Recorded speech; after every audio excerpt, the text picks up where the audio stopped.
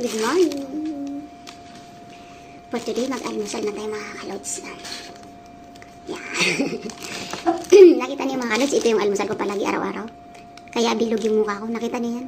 Ang mukha ko ay napakabilog. Dahil ito ang pang-almusal ko palagi. Dalawang itlog. Basta itlog, sinasabing itlog ay dalawa. Hindi pwede nag-iisa yung itlog. Kailangan dalawa. Yan. Kain tayo.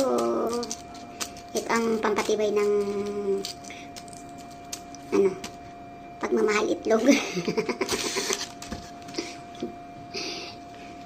Pickles to. Ginawa namin ito. Ginawa ni Ma'am.